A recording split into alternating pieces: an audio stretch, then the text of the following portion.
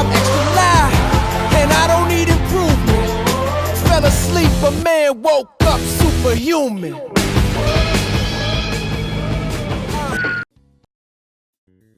Okay, internet, let's do this. Let me get this all off of my chest, because there are a few things that I really got to get into. Well, two things that I got to get into. So yeah, this is the first video before I talk about the beautiful sonic change. But yeah, the first thing I want to talk about is our good old boy Hideo Kojima.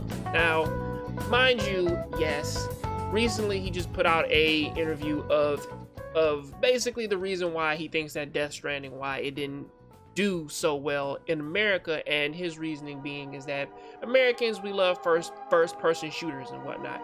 And to a certain extent, yes, a lot of us, we do love our first person shooters, we do love our third person shooters and whatnot. And sure, like, you can blame that on the reason as to why your game isn't doing well.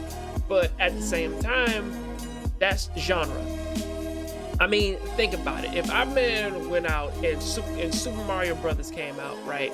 And it's a platforming game, right? And then you get rid of all of the platforming, get rid of all of the Goombas and silly enemies, and just have it be like a super long game where basically you go from one end to another. No one is going to buy that.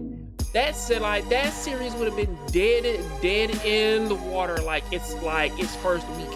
I mean, hey man, like, Mario's Missing anybody? Do any of you guys like play that? You know what I mean? Like, I don't play like Gran Turismo, a game where basically you drive like in a straight line for like a long while. Now, I'm not saying that a game like that, it can't exist, but what I'm saying is that you are creating a niche title that's only gonna bring about, so many fans.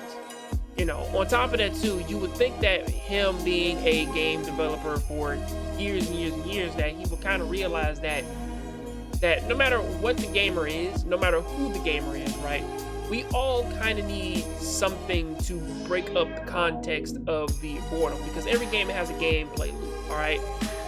Every game does.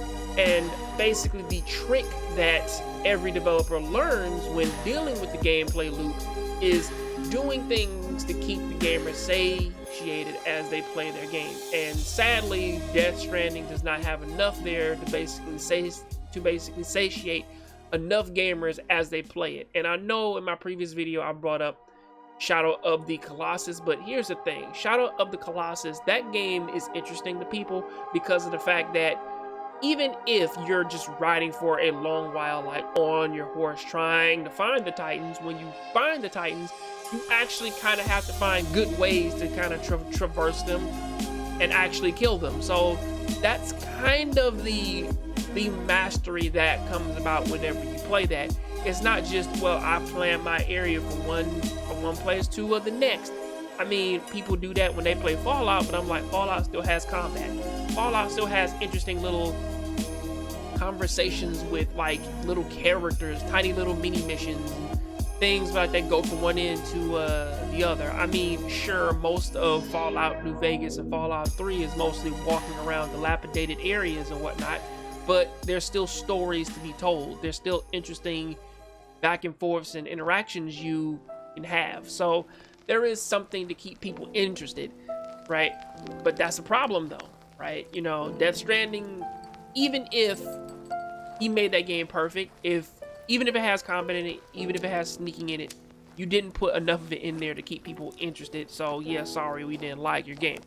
Now, the big news is coming out now to where that Famitsu's gave the game a 10 out of 10 because low-key, sure, if he put his celebrity friends in there, Norman Reedus and all those guys in there, if you want them in there, that's your game. You do whatever you want. However, some people are kind of speculating that because he put the director of Famitsu in there, or at least like the head journalist for Famitsu magazine and their mascot in the game, that might be the reason why his game got a 10 out of 10. And I'm like, honestly, at this point, it doesn't really matter to me. Still doesn't matter. I still haven't played it. I'm not planning on playing it anytime soon. I'll probably give it a chance sometime down the road.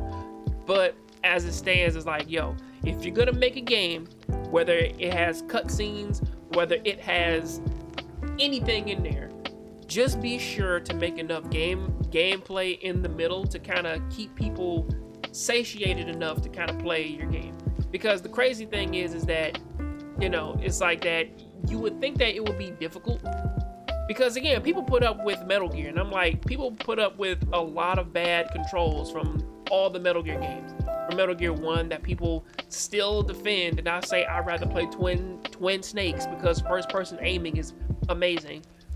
I still say that Metal Gear Solid 3 is better than 2 because of CQC. I still say that 5 is by far the best because of crouch walking. So again, you have those things in there to keep people interested.